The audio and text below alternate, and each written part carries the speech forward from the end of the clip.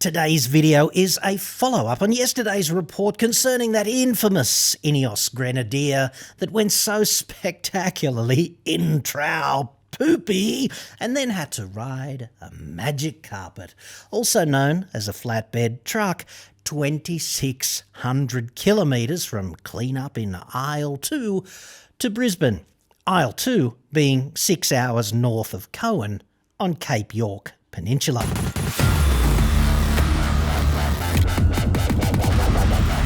Yesterday's video was either loved or reviled, depending on how you measure it. And hey, I'm cool with either end of the emotional bandwidth sort of spectrum. It's the middle bit, the indifferent bit, that I hate, because that's not where the engagement is. That's where the mainstream motoring media is with its YouTube channels, which of course is why nobody watches. Now, the loved part of the video is likes to dislikes, currently running at 96.8% likes. So that's okay, I suppose. But the comments, dude, the comments are impossibly excellent. They're a raging cesspit of dissatisfaction and outrage, which is so impossibly excellent from an engagement point of view. So thank you, outraged dudes sitting there in your boxes and your sweaty wife beater in Nana's basement with your mates, i.e. completely alone.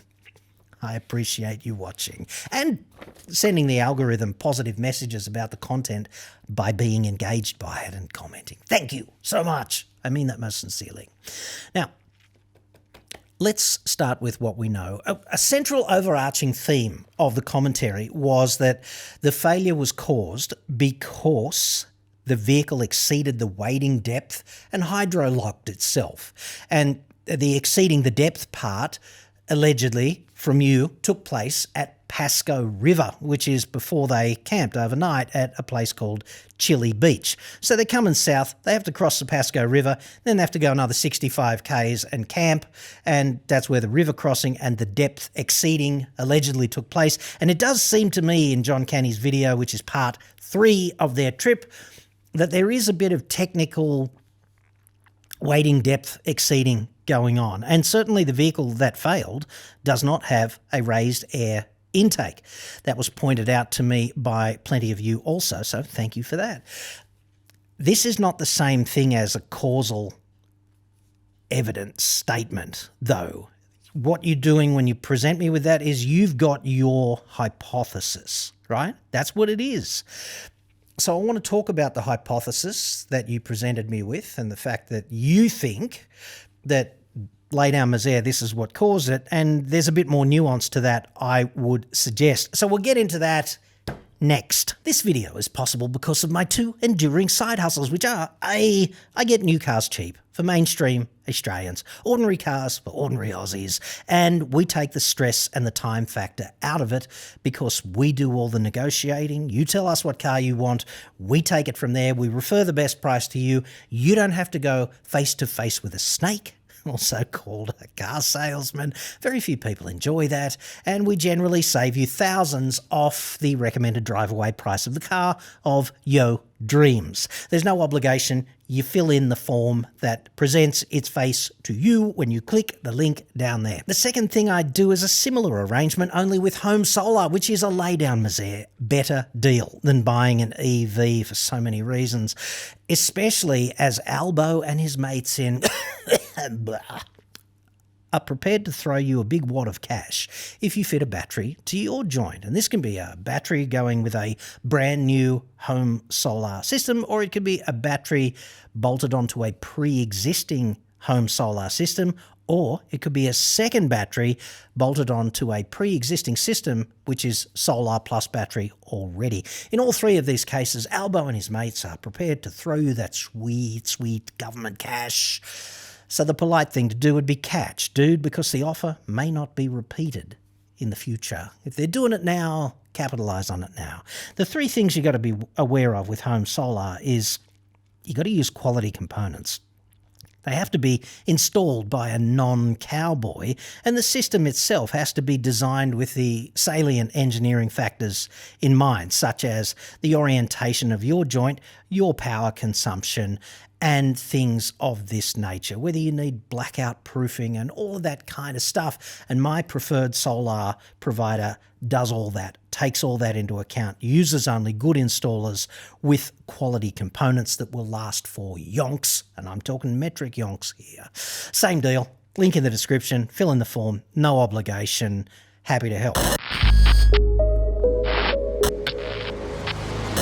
There's a set of overarching imputations, hypotheses, whatever you want to call them, in the comments below my video yesterday. And I just want to aggregate them and discuss them in a little bit of detail, if you don't mind. I think we can all agree that the 4 vehicles in the convoy crossed the Pasco River, and 3 of them, the 3 that did not fail, had raised air intakes, whereas the vehicle that did fail, Arthur's vehicle, did not have a raised air intake. So that's a point of difference. And technically, I guess they all did increase, the ones depicted at least, you can see them on the video, they exceeded the 800mm wading depth limit of that vehicle. At times, very briefly, for a few seconds at a throw, but no sustained sitting there just sucking that sweet, sweet dihydrogen monoxide kind of thing. It wasn't a case of that at all. The vehicle bounced and lurched at times, and for a couple of seconds it was technically deeper than the 800mm limit. The 800mm limit essentially is the top of the tyre or the top of the front bumper. And the air intake on the Grenadier is on its right-hand side, which, let's not forget, just for complete disambiguation, is on the left-hand side as you look at it approaching you, because that's how this works, okay? So what I've done is I've aggregated 2 of Mr. Canny's depicted crossings of that Pasco River, and I've cut out all the bits where the vehicle is not breaching the wading depth. And I'm just going to show you those 2 back to back now. This is just a mashup of the times at which the vehicles technically breached the wading depth, okay? And I think you'd agree that they only lurch into it and lurch back out fairly quickly, few seconds at a time, bit of a splash in, bit of a lurch out kind of thing because of the rocky river bottom. And I would not categorise that as an egregious breach of the wading depth. It's only a couple of seconds each time and then back out. And let's not forget, air intakes are designed to reject things like splashes, and they're right on the inside of the guard anyway, so it's not as clear-cut as soon as you breach 800mm, you will hydro-lock the engine. That's not how that worked. And in fact, those engines did not hydro-lock. Like, I've committed egregious breaches of wading depths previously and never hydro-locked a car, and frankly, this is not what that looks like if you do it egregiously, okay? So I think there's something fishy about this allegation that the fault was caused at the Pasco River. Part of the reason I think this is a bit fishy in terms of alleging that this is what caused it is that it's based purely on what you can see on the video. You don't know anything about the rest of the trip. There's no other information than that, and it's easy to seize on that. But I had a look on the map, and it's about 60-something kilometres-ish, so let's call it 65, from that crossing at Pasco River to their campsite that evening at Chile Beach.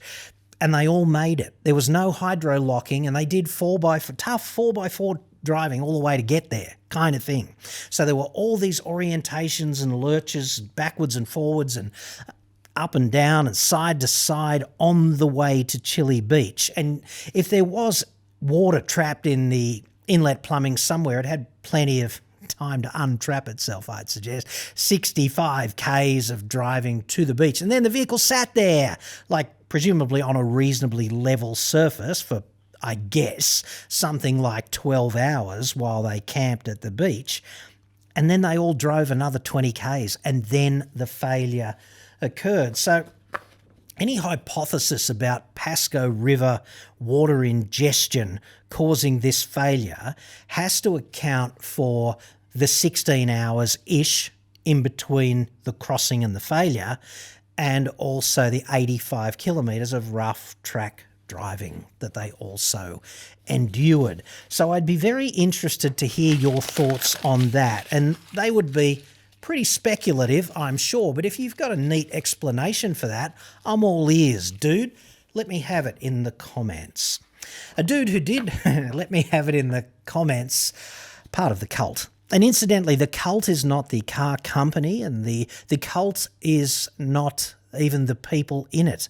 The cult is the cult of the Ineos Grenadier. It's like Tesla. Some Tesla owners join the cult. You know what I mean? That was more of a thing when Elon was kind of squeaky clean and green and had less of a bromance with Orange Man 6, you know? But anyway, a guy who's almost certainly in the cult, in my imagination at least, this is how I picture him, calls himself on YouTube Oz Quartermaster. So living the dream, I would suggest.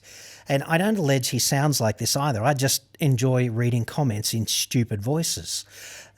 He says, quote, "Not true. You are engineer or mechanic seems not. Water ingress during a water crossing can sit in the airbox, the soaked filter, the cold side intake and intercooler. Then, with inertia of acceleration braking or increased induction from increased throttle input," most diesels don't have throttles, but no, it's a nice story. "From increased throttle input and high engine speeds can suck all the water in this case destroying the intercooler, bending the vanes," like the veins, dude, not the V-A-N-E-S, the V-E-I-N-S, "on the turbo, and hydro-locking the engine. Your amateur-hour research of a cover-up video means you've disgraced yourself and caused reputational harm to the cult, a company." Well, that's one way of looking at it, I suppose, isn't it? According to the Grenadier forum, actually, I went and tracked this down, there's a drain hole under the airbox. Like the airbox is a box with the filter in it, and at the bottom there's a drain hole, dude. According to the same source, the Grenadier forum, there's also a drain hole in the air inlet tract, presumably before the turbo. You wouldn't put a hole after, would you? And there's drain valves elsewhere in the inlet system. So there is engineering provision to get rid of water. And let's not forget, they also design air intakes at the open end so that it's difficult for water to get in. That's part of the design brief, you know. There's convoluted passageways and they make sure that it comes in right at the top. So even if the inlet is down here, it has to go over a hump right up the top of the engine bay before it can get into the airbox. There's that. And you've got to account for the time duration that the wading depth was exceeded. There's also a factor of safety in the wading depth, let's not forget. Or there is if it was responsibly designed. So there's that. So this hypothesis, right, is 85 kilometres-ish of rough track driving. The covert water in some part of the inlet just makes its move, right, after failing to drain out of all the possible inbuilt water drain points in the system and all of the conceivable track orientation, the sideways pitching and the fore and aft, so the pitching, the rolling, all of that stuff. And let's not forget, just sitting there pretty much level for the 12 hours that they were camped, right? That water just stayed there. They put the drain holes, incidentally. If you're an engineer, the place to put the drain holes is where any water would sit. And it is a bit of an own goal for an engineer for a vehicle to survive a water crossing and then die as a consequence of water trapped there for hours inexplicably later. I mean, this is why they have R&D centres, so they can play with all this shit and just get the drain holes right and things of that nature. So I think that's a poor hypothesis that the Pasco River crossing caused this failure. It may be water, sure, that caused this failure, but probably not 85 k's ago and 16 hours of total time, 12 of which would have been textbook for drainage, okay? So I'd call that, if that's what happened and your hypothesis is correct, I'd call that a design defect. Because why not put the drain holes somewhere where water can actually drain out if it's trapped? Kind of thing. So design defect.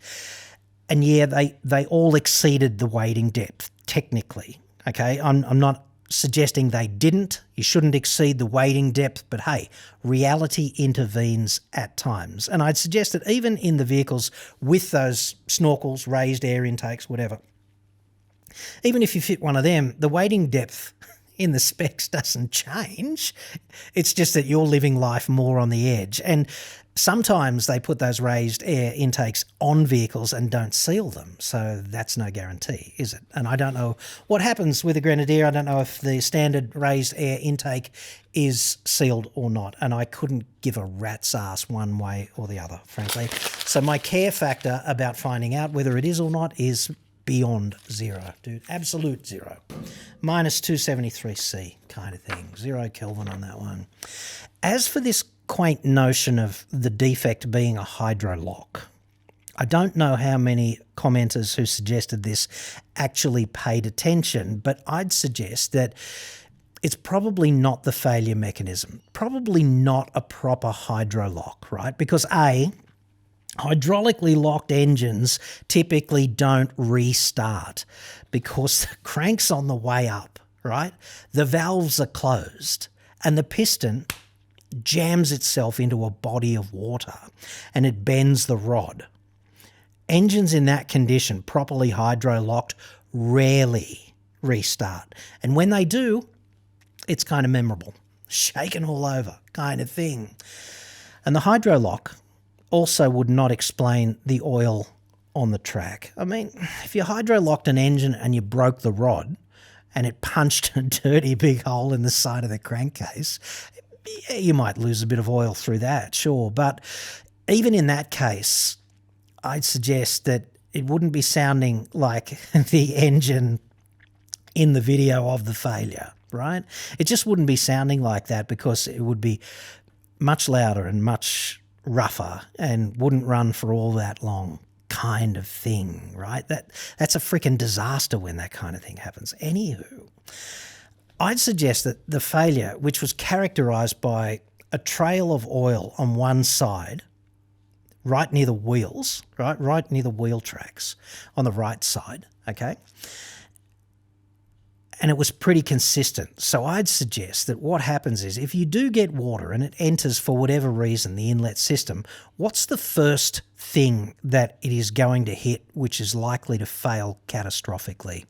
It's not hydro-locking the engine that's likely to happen first. What's likely to happen is the water's likely to hit the turbo. And when water and 80,000 RPM come together, they don't mix. They really don't mix. The turbo is designed to compress air, right? Air is compressible. Water is not compressible. The turbo is moving spectacularly quickly, 50 to 80,000 revs kind of thing, and maybe 100,000 revs. I don't know. It's a BMW engine. They might have gone for 100. It doesn't really matter. Speeds in that ballpark are ridiculously hard to conceptualize. And when incompressible water hits a turbo at that speed, there would be a catastrophic failure of the impeller. It wouldn't be the vanes, as alleged, right? The turbine would shatter and it would probably break the enclosure that it's in, which is force-fed oil. So it's got pressurized oil being fed to it. And that would account for the oil all over the track. So if we just tried to Occam's razor the fuck out of it, Occam's razor says that the simplest explanations are often the best in the absence of compelling evidence to the contrary.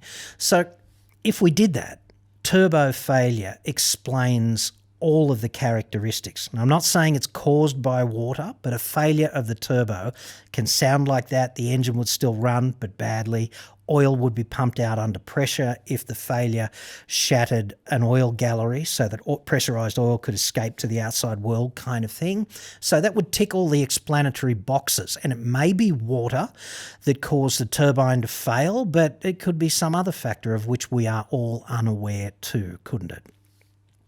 I don't see any evidence to the contrary. And, you know, Ineos has been very opaque, seemingly. According to Mr. Canny and the owner of the car, Arthur, they haven't given them any cogent explanation beyond it's environmental. The cause is environmental. So Many people also alleged that the video that was taken down from Mr. Kenny and Arthur was just a cover-up.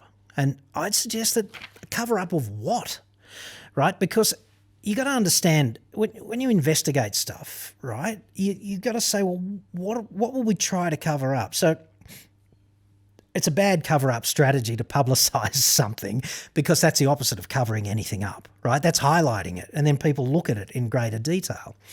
So, A, bad strategy. And what would they hope to achieve? Because Arthur's already getting his payout. Like, the insurance company Budget Direct, according to them, has agreed to pick up the tab. So why draw any attention to this situation? Why would anybody in the comments allege that that video was a cover-up? Because what's the objective? A cover-up is for blowjobs in the Oval Office in the Clinton era and the Watergate scandal. These things get covered up. Malfeasance gets covered up, but nobody launches a video to cover something up. So I think that's a bad explanation. But who benefits? That's the other question. Like, who benefits if this is a cover-up? They cover something up with a video and then they decide it was a bad idea and they take it down. That's the suggestion here. And I'm not suggesting that these dudes did any of that. I'm just running with the suggestion that was mooted to me in the comments yesterday. I'm not accusing these dudes of doing anything wrong or anything below board at all, because I don't know. I don't have any evidence for that. Fuck's sake, right? But let's assume, for the sake of shits and giggles, one, that they caused the failure by exceeding the wading depth at the Pasco River, right? And that they tried to cover it up using monumental Machiavellian misinformation. Perhaps it was a misinformation campaign. Who would fucking know? I'm not suggesting they did any of this, but let's assume those things, okay? I'd still suggest, even if they did those things, which I am not suggesting, that the time taken to retrieve this vehicle and repatriate it to fucking Brisbane is absurd if that claim is accurate. If it took as long as they claim it took 2 or 3 months or something to get it back to Brisbane, that's absurd. Like, it's the 21st century. It just had to go on a truck. 100 k's an hour for 2,600 k's is 26 hours, right? So that's what, 3 days worth of driving, something like that. Let's call it a week to get the vehicle 2,600 kilometres, maybe 2 weeks because of logistic complexity, right? Not 2.5 months kind of thing, okay? And diagnosing it should be pretty simple, because this fault does not look difficult to diagnose to me at all. I doubt it would take a technician or some sort of service engineer a very long time to get things apart and make some determination about why the fault occurred, right? The vehicle failed in July. It's still not fixed. The insurance company only recently, according to them, decided to pick up the tab. So why this incredible delay? You've got to be kidding. That's the opposite of support, at least in my mind. These things could be rectified much more quickly than that, and I'd suggest if you owned a Hilux or a Land Cruiser, they would have been, or a Prado 250 or something, you know, come on. Ineos is depicted by them as being the exact opposite of transparent about exactly what the problem is. And that would raise all kinds of tremendous red flags for me. It just would. And if they are massaging the message, you know, there was a suggestion more than once in the comments that Ineos was actually supporting Arthur, the owner, because they were massaging the message to make it an environmental problem. Like the environment damaged your vehicle, okay? So the motivation for that, it was suggested to me in the comments, was because, allegedly, Ineos was looking after the owner to get the insurance company across the line, because if they exceeded the wading depth, that's abuse or neglect or something of that nature. Whereas if it's just the environment's sort of this benign thing outside that just reached in one day and damaged the cars, like being taken by a white pointer or something, isn't it, right? I'd suggest that if they did that with that intent, that would be tantamount to insurance fraud. They're manipulating the payout of an insurance policy by deciding what information they're going to put forward. And I'm not suggesting Ineos has done that. I'm suggesting that this is a failure of critical thought in the comments field, right? Because I can't imagine a car maker would walk up to the line, and I don't know exactly where the line is, but you'd have to be getting close to the line of insurance fraud if you did that, right? And word would get around. Insurance companies love nothing more than investigating payouts that might be fraudulent or based on fraudulent information, don't they? So there's that. I doubt that a car company would open the door to committing an offence of that nature, right? Because of the risk, the reputational risk.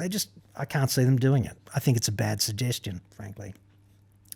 I'd further suggest that designing an air inlet system that cannot reliably self-drain in 16 hours is borderline negligent in any four-wheel drive, but particularly in a vehicle of this nature that makes such grandiose claims about its capability and durability. Like, that's absurd.